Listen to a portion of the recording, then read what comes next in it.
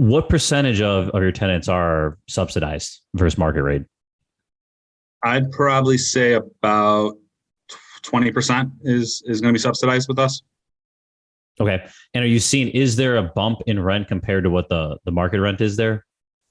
No, I mean, so the way CHA works with it, they're going to compare to market rent. They're going to do their own analysis, and it's really random on what they pick as what you're going to get. So if anything, I'd say a lot of the subsidized is going to be lower than what we can get sometimes on market rate.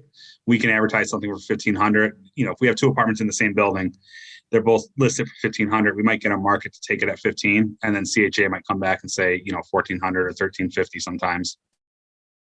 Yeah, that's one big difference from the north side, because the north side you're in the mobility zone, so that you're in like the bonus round with them. Like if you want to go down that route, you're more than likely going to get the premium. Now you're going to deal with the inspection, you're going to deal with taking 30 days for it to go through, and then there's other headaches that might wash it out. But just apples to apples on the monthly, like you most likely will end up ahead.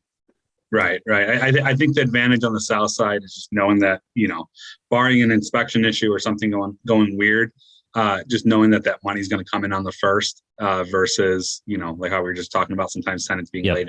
So that's the consistency of the money is really the big draw of having a CHA tenant on the south side.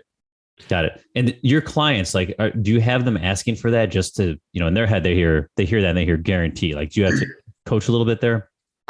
Yeah, I mean, I think I have to coach both ways. I think there are sometimes you hear the horror stories of CHA tenants or Section 8 tenants in general, that, I had a horrible experience and, they saw that on the chat board and they'll come to us and, I don't know if I want CHA. And you have to sort of explain to them that you really need to screen those tenants. CHA doesn't screen their tenants before all they do is make sure that the income matches what they need.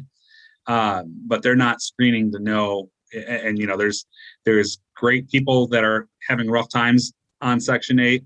And there's great people on market rent, and there's bad on both sides as well. So you have to screen and make sure that the people that you're putting in there know how to rent the place, take care of the places that they're at now. And you're going to have a good experience. If you put a wrong tenant in there, whether it's CHA or market, you're going to have a whole different issues coming up in the investment.